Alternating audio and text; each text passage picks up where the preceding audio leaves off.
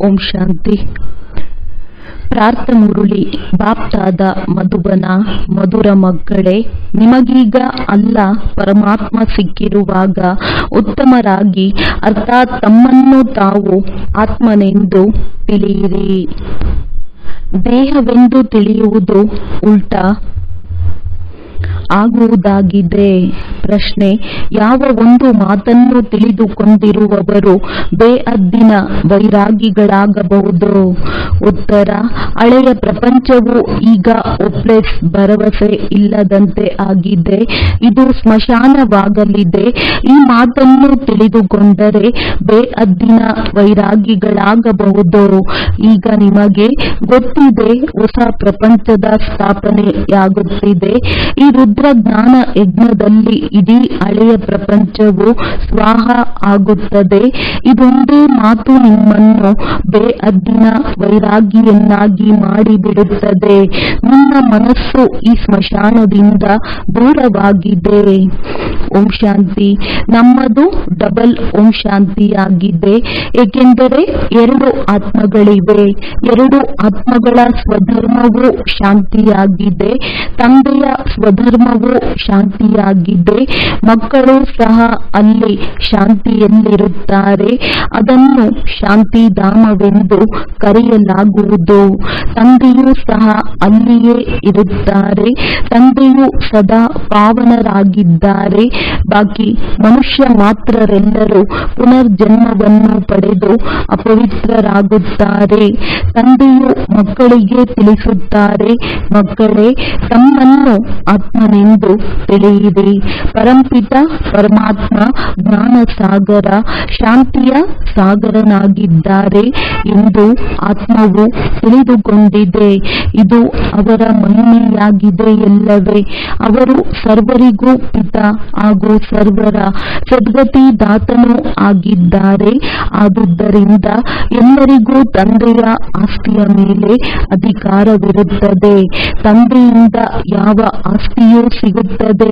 ಮಕ್ಕಳಿಗೆ ತಿಳಿದಿದೆ, ತಂದೆಯು ಸ್ವರ್ಗದ ರಚಯಿತನಾಗಿದ್ದಾರೆ.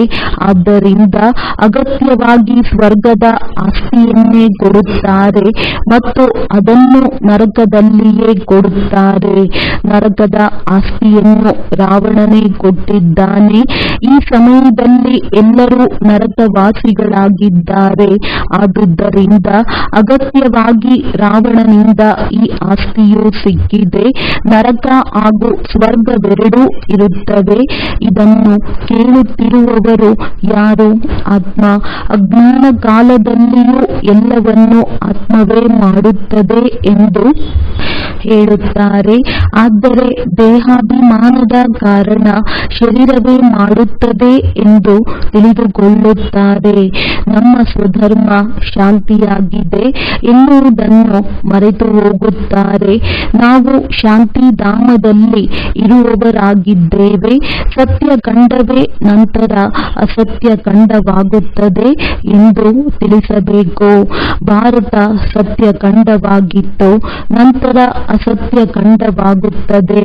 ಇದು ಸಾಮಾನ್ಯ ಮಾತಾಗಿದೆ. ಅಂದಾಗ ಮನುಷ್ಯರೇಕೆ ತಿಳಿದುಕೊಳ್ಳುವುದಿಲ್ಲ? ಏಕೆಂದರೆ ಆತ್ಮವು ತಮೋಪ್ರಧಾನವಾಗಿ ಬಿಟ್ಟಿದೆ. ಅದನ್ನು ಕಲ್ಲು ಬುದ್ಧಿ ಎಂದು ಹೇಳಲಾಗುತ್ತದೆ. ಯಾರು ಭಾರತವನ್ನು ಸ್ವರ್ಗವನ್ನಾಗಿ ಮಾಡಿದರು, ಪೂಜ್ಯವನ್ನಾಗಿ ಮಾಡಿದರು, ಅವರನ್ನೇ ಪೂಜಾರಿಯನ್ನಾಗಿ ಮಾಡಿ ಅವರನ್ನು ಅವಹೇಳನ ಮಾಡುತ್ತೇವೆ. ಇದರಲ್ಲಿ ಯಾರ ದೋಷವೂ ಇಲ್ಲ. ಈ ನಾಟಕವು ಹೇಗೆ ಮಾಡಲ್ಪಟ್ಟಿದೆ ಎಂದು ತಂದೆಯು ಮಕ್ಕಳಿಗೆ ತಿಳಿಸುತ್ತಿದ್ದಾರೆ. ಹೇಗೆ ಪೂಜ್ಯರಿಂದ ಪೂಜಾರಿಯಾದರು. ತಂದೆಯು ತಿಳಿಸುತ್ತಾರೆ, ಮಕ್ಕಳೇ, ಇಂದಿಗೆ 5000 ವರ್ಷಗಳ ಮೊದಲು ಭಾರತದಲ್ಲಿ ಆದಿ ಸನಾತನ ದೇವಿ ದೇವತಾ ಧರ್ಮವಿತ್ತು. ಇದು ನಿನ್ನೆಯ ಮಾತಾಗಿದೆ. ಆದರೆ ಮನುಷ್ಯರು ಸಂಪೂರ್ಣವಾಗಿ ಮರೆತಿದ್ದಾರೆ. ಈ ಶಾಸ್ತ್ರ ಮೊದಲಾದವುಗಳನ್ನು ಭಕ್ತಿ ಮಾರ್ಗಕ್ಕಾಗಿ ಮಾಡಿದ್ದಾರೆ. ಶಾಸ್ತ್ರಗಳಿರುವುದೇ ಭಕ್ತಿ ಮಾರ್ಗಕ್ಕಾಗಿ, ಜ್ಞಾನ ಮಾರ್ಗಕ್ಕಾಗಿ ಅಲ್ಲ. ತಂದೆಯು ಕಲ್ಪ ಕಲ್ಪ ಬಂದು ದೇವತಾ ಪದವಿಗಾಗಿ ಜ್ಞಾನವನ್ನು ಕೊಡುತ್ತಾರೆ. ತಂದೆಯು ವಿದ್ಯೆಯನ್ನು ಓದಿಸುತ್ತಾರೆ. ನಂತರ ಈ ಜ್ಞಾನವು ಪ್ರಾಯಲೋಪವಾಗಿ ಬಿಡುತ್ತದೆ. ಸತ್ಯಯುಗದಲ್ಲಿ ಯಾವುದೇ ಶಾಸ್ತ್ರಗಳಿರುವುದಿಲ್ಲ, ಏಕೆಂದರೆ ಅದು ಜ್ಞಾನ ಮಾರ್ಗದ ಪ್ರಾರಬ್ಧವಾಗಿದೆ. 21 ಜನ್ಮಗಳಿಗಾಗಿ ಬೇಹದ್ದಿನ ತಂದೆಯಿಂದ ಬೇಹದ್ದಿನ ಆಸ್ತಿಯು ಸಿಗುತ್ತದೆ. ಅದರ ನಂತರ ಅಲ್ಪ ಕಾಲಕ್ಕಾಗಿ ರಾವಣನ ಆಸ್ತಿಯೂ ಸಿಗುತ್ತದೆ. ಅದನ್ನು ಸನ್ಯಾಸಿಗಳು ಕಾಗವಿಷ್ಟ ಸಮಾನ ಸುಖವೆಂದು ಹೇಳಿಬಿಡುತ್ತಾರೆ. ದುಃಖವೇ ದುಃಖವಿದೆ, ದುಃಖಧಾಮ ಎಂಬುದು ಇದರ ಹೆಸರಾಗಿದೆ. ಕಲಿಯುಗಕ್ಕೆ ಮೊದಲು ದ್ವಾಪರ ಯುಗವಿದೆ. ಅದನ್ನು ಸೆಮಿ ದುಃಖಧಾಮವೆಂದು ಕರೆಯಲಾಗುವುದು. ಇದು ಅಂತಿಮದ ದುಃಖಧಾಮವಾಗಿದೆ. ಆತ್ಮವೇ 84 ಜನ್ಮಗಳನ್ನು ತೆಗೆದುಕೊಂಡು ಕೆಳಗಡೆ ಇಳಿಯುತ್ತದೆ. ತಂದೆಯು ಮೇಲೆ ಹತ್ತಿಸುತ್ತಾರೆ, ಏಕೆಂದರೆ ಚಕ್ರವು ಅವಶ್ಯವಾಗಿ ಸುತ್ತಲೇಬೇಕಾಗಿದೆ. ಹೊಸ ಪ್ರಪಂಚವಿತ್ತು, ದೇವಿ ದೇವತೆಗಳ ರಾಜ್ಯವಿತ್ತು. ಆಗ ದುಃಖದ ಹೆಸರು ಚಿಹ್ನೆಯೂ ಇರಲಿಲ್ಲ. ಆದ್ದರಿಂದ ಹುಲಿ ಕುರಿ ಜೊತೆಯಾಗಿ ನೀರು ಕುಡಿಯುವುದನ್ನು ತೋರಿಸುತ್ತಾರೆ. ಅಲ್ಲಿ ಯಾವುದೇ ಹಿಂಸೆಯ ಮಾತಿರುವುದಿಲ್ಲ. ಅದನ್ನು ಅಹಿಂಸಾ ಪರಮೋ ಧರ್ಮವೆಂದು ಕರೆಯಲಾಗುವುದು. ಇಲ್ಲಿ ಹಿಂಸೆ ಇದೆ. ಮೊಟ್ಟ ಮೊದಲನೇ ಹಿಂಸೆ ಕಾಮವಿಕಾರದ್ದಾಗಿದೆ. ಸತ್ಯಯುಗದಲ್ಲಿ ಯಾರೂ ವಿಕಾರಿಗಳಿರುವುದಿಲ್ಲ. ಆದ್ದರಿಂದ ಅವರ ಮಹಿಮೆಯನ್ನು ಆಡುತ್ತಾರೆ. ಲಕ್ಷ್ಮೀನಾರಾಯಣರ ಮಹಿಮೆಯನ್ನು ಸಂಪೂರ್ಣ ನಿರ್ವಿಕಾರಿ ಎಂದು ಆಡುತ್ತಾರೆ. ಈ ಕಲಿಯುಗ ಕಬ್ಬಿಣದ ಯುಗವಾಗಿದೆ. ಇದನ್ನು ಯಾರೂ ಸಹ ಸ್ವರ್ಣಿಮ ಯುಗವೆಂದು ಹೇಳಲು ಸಾಧ್ಯವಿಲ್ಲ. ನಾಟಕವೇ ಈ ರೀತಿ ಮಾಡಲ್ಪಟ್ಟಿದೆ. ಸತ್ಯಯುಗ ಶಿವಾಲಯವಾಗಿದೆ. ಅಲ್ಲಿ ಎಲ್ಲರೂ ಪಾವನವಾಗಿರುತ್ತಾರೆ. ಅವರ ಚಿತ್ರಗಳು ಇವೆ. ಶಿವಾಲಯವನ್ನಾಗಿ ಮಾಡುವ ಶಿವ ತಂದೆಯ ಚಿತ್ರವೂ ಆಗಿದೆ. ತಂದೆಗೆ ಅವರದ್ದೇ ಆದ ಶರೀರವಿಲ್ಲ. ನಾನು ನನ್ನ ಪರಿಚಯವನ್ನು ನೀಡಲು ಅಥವಾ ರಚನೆಯ ಆದಿ ಮಧ್ಯ ಅಂತ್ಯದ ಜ್ಞಾನವನ್ನು ತಿಳಿಸಲು ಸ್ವಯಂ ಬರಬೇಕಾಗುತ್ತದೆ. ನಾನು ಬಂದು ನಿಮ್ಮ ಸೇವೆ ಮಾಡಬೇಕಾಗುವುದು. ಏ ಪತಿತ ಪಾವನ, ಬನ್ನಿ ಎಂದು ನೀವು ಕರೆಯುತ್ತೀರಿ. ನೀವು ಸತ್ಯಯುಗದಲ್ಲಂತೂ ಕರೆಯುವುದಿಲ್ಲ. ವಿನಾಶವು ಮುಂದೆ ನಿಂತಿರುವ ಕಾರಣ ಈ ಸಮಯದಲ್ಲಿ ಎಲ್ಲರೂ ಕರೆಯುತ್ತಾರೆ. ಇದು ಅದೇ ಮಹಾಭಾರತ ಯುದ್ಧವಾಗಿದೆ ಎಂದು ಭಾರತವಾಸಿಗಳು ತಿಳಿದುಕೊಂಡಿದ್ದಾರೆ. ಈ ಯುದ್ಧದ ನಂತರ ಆದಿ ಸನಾತನ ದೇವಿ ದೇವತಾ ಧರ್ಮದ ಸ್ಥಾಪನೆಯಾಗುತ್ತದೆ. ತಂದೆಯು ತಿಳಿಸುತ್ತಾರೆ, ನಾನು ರಾಜರಿಗೂ ರಾಜರನ್ನಾಗಿ ಮಾಡಲು ಬಂದಿದ್ದೇನೆ. ಇಂದಿನ ಸಮಯದಲ್ಲಿ ಮಹಾರಾಜ ಚಕ್ರವರ್ತಿ ಮೊದಲಾದವರಿಲ್ಲ. ಈಗ ಪ್ರಜೆಗಳ ಮೇಲೆ ಪ್ರಜೆಗಳ ರಾಜ್ಯವಾಗಿದೆ. ನಾವು ಭಾರತವಾಸಿಗಳು ಸಂಪದ್ಭರಿತವಾಗಿದ್ದು ವಜ್ರ ವೈಡೂರ್ಯಗಳ ಮೇಲಿನಲ್ಲಿದ್ದೆವು. ಹೊಸ ಪ್ರಪಂಚವಾಗಿತ್ತು. ಮತ್ತೆ ಹೊಸ ಪ್ರಪಂಚವೇ ಹಳೆಯ ಪ್ರಪಂಚವಾಗಿದೆ ಎಂದು ಮಕ್ಕಳು ತಿಳಿದುಕೊಂಡಿದ್ದೀರಿ. ಪ್ರತಿಯೊಂದು ವಸ್ತುವು ಹಳೆಯದಾಗಲೇಬೇಕಾಗಿದೆ. ಹೇಗೆ ಮನೆಯು ಹೊಸದಾಗಿ ಮಾಡಿದ ನಂತರ ಅಂತ್ಯದಲ್ಲಿ ಅದರ ಆಯಸ್ಸು ಕಡಿಮೆಯಾಗುತ್ತಾ ಹೋಗುತ್ತದೆ. ಆಗ ಇದು ಹೊಸ ಮನೆಯಾಗಿತ್ತು. ಈಗ ಅರ್ಧ ಹಳೆಯದು ಈಗ ಮಧ್ಯಮ ಸ್ಥಿತಿಯಲ್ಲಿದೆ ಎಂದು ಹೇಳಲಾಗುತ್ತದೆ. ಪ್ರತಿಯೊಂದು ವಸ್ತು ಸತೋ ರಜೋ ತಮೋ ಆಗುತ್ತದೆ. ಭಗವಾನುವಾಚ ಆಗಿದೆ ಎಲ್ಲವೇ. ಭಗವಂತ ಅಂದರೆ ಭಗವಂತನಾಗಿದ್ದಾರೆ. ಭಗವಂತನೆಂದು ಯಾರಿಗೆ ಕರೆಯಲಾಗುವುದೆಂದು ತಿಳಿದುಕೊಂಡಿಲ್ಲ. ಇಲ್ಲಿ ರಾಜ ರಾಣಿ ಯಾರೂ ಇಲ್ಲದಂತಾಗಿದೆ. ಇಲ್ಲಿ ರಾಷ್ಟ್ರಾಧ್ಯಕ್ಷ, ಪ್ರಧಾನಮಂತ್ರಿ ಮತ್ತು ಅವರಿಗೆ ಅನೇಕ ಮಂತ್ರಿಗಳಿದ್ದಾರೆ.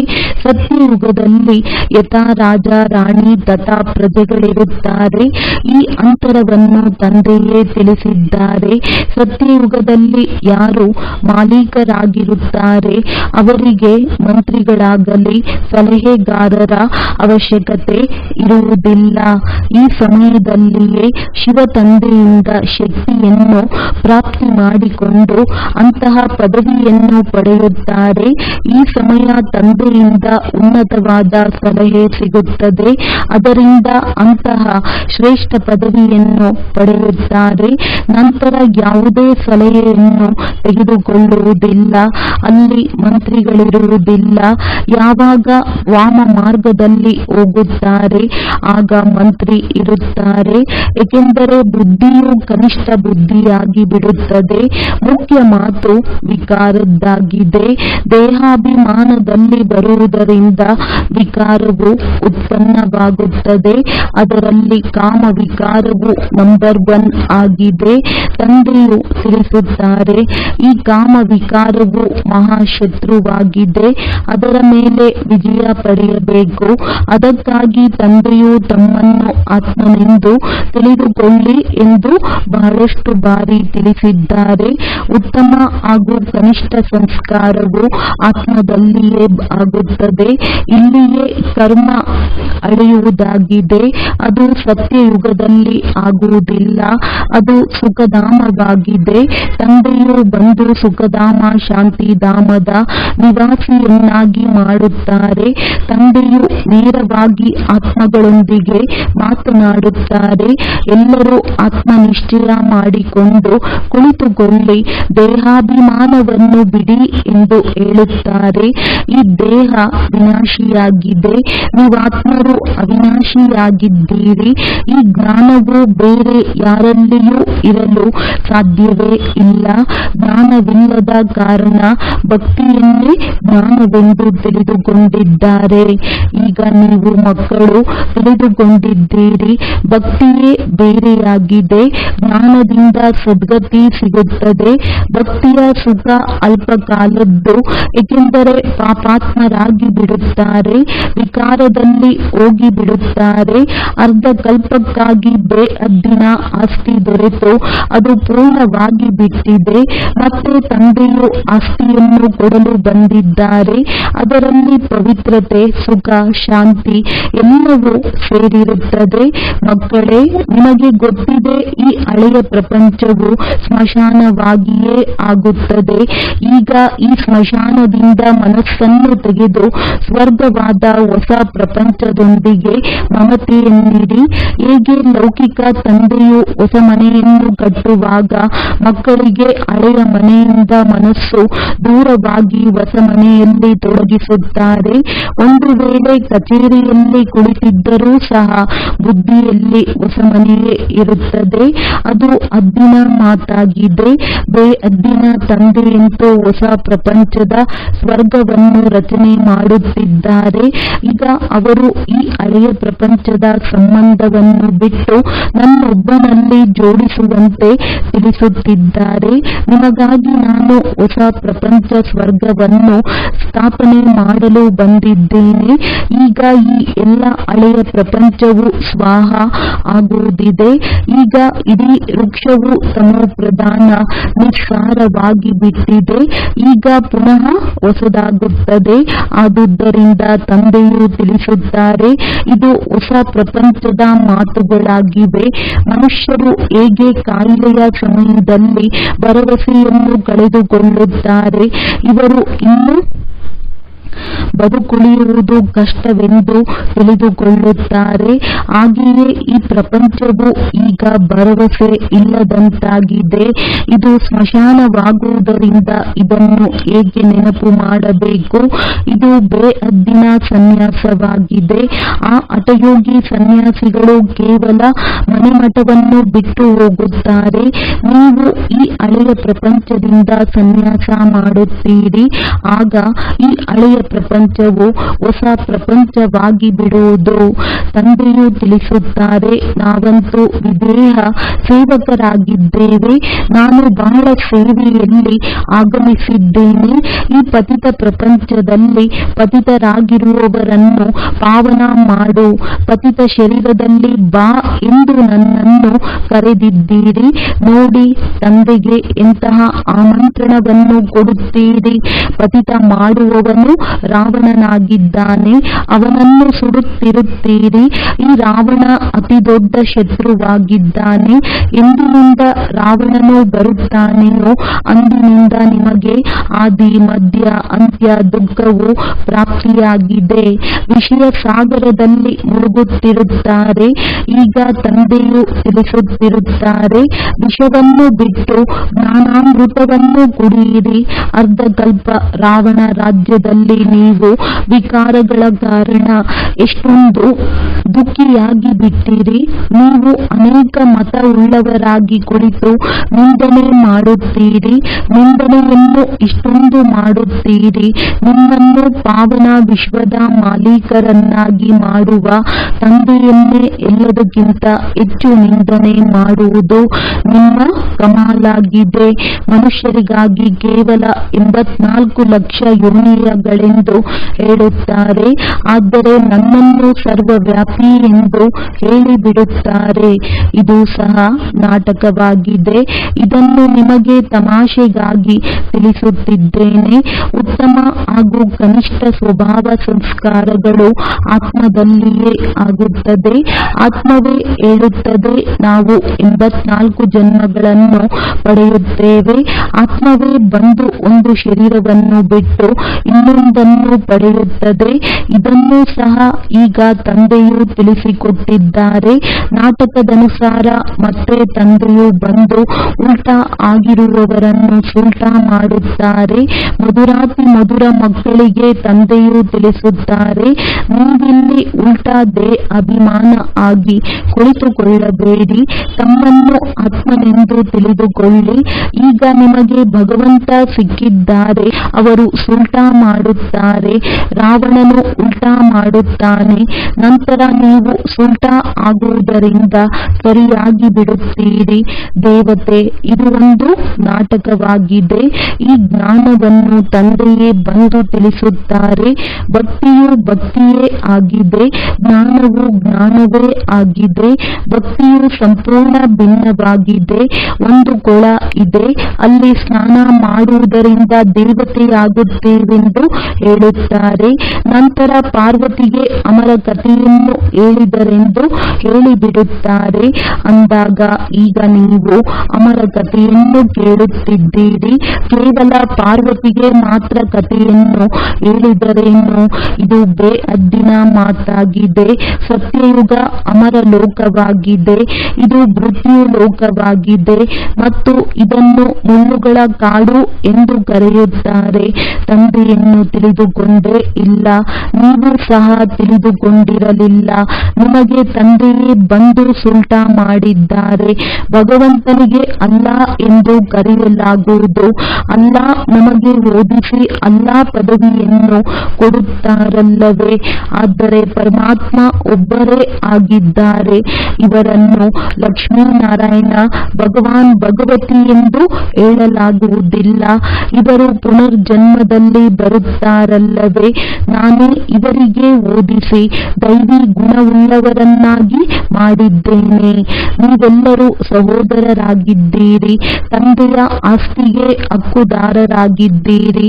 ಮನುಷ್ಯರಂತೂ ಘೋರ ಅಂಧಕಾರದಲ್ಲಿ ಮುಳುಗಿದ್ದಾರೆ. ಆಸುರಿ ಸಂಪ್ರದಾಯದವರಲ್ಲವೇ?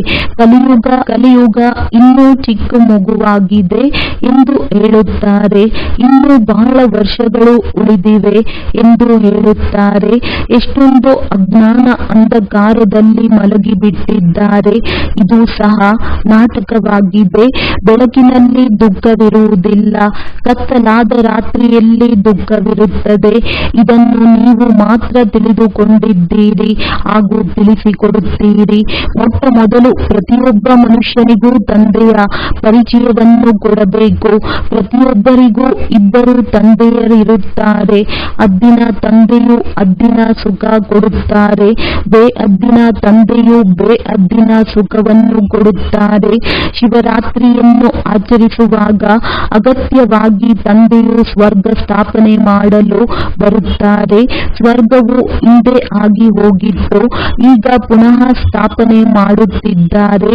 ಈಗ ಇದು ತಮೋ ಪ್ರಧಾನ ಪ್ರಪಂಚ ನರಕವಾಗಿದೆ.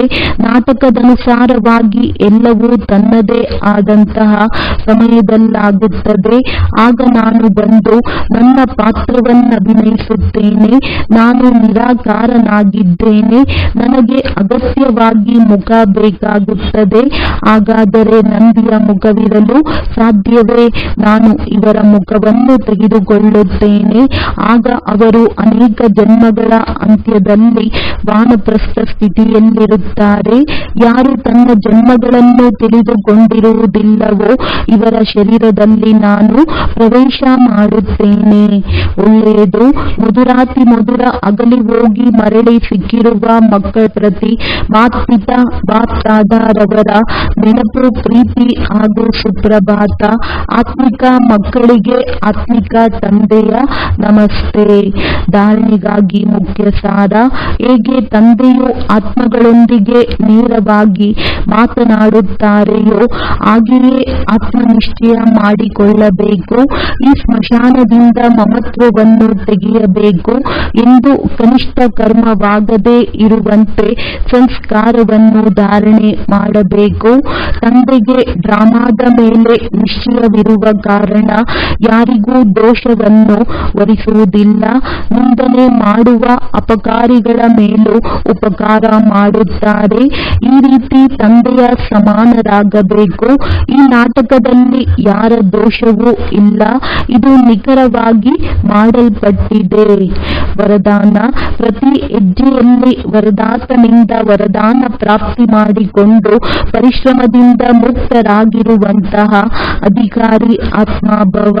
ಯಾರು ಸ್ವತಃ ವರದಾತನ ಮಕ್ಕಳಾಗಿದ್ದಾರೆ ಅವರಿಗೆ ಪ್ರತಿ ಹೆಜ್ಜೆಯಲ್ಲಿ ವರದಾತನಿಂದ ವರದಾನ ಸ್ವತಃವಾಗಿ ಸಿಗುತ್ತಿರುತ್ತದೆ.